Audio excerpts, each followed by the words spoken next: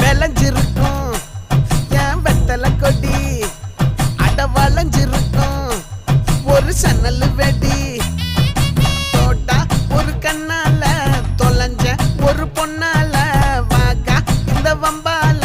வல விரிச்சிட வந்தாளே பார்த்து வளைச்ச தேக்கு உன் பட்ட உடம்பு சோக்கு என்ன குத்தும் குறும்பு மூக்கு கொஞ்சம் ஓய்வை கொடுத்து தாக்கு என்னடி சித்திரமே இங்க நீ பத்திரமே சொல்லுடி கட்டளை எத்தனை நான் செய்வேன்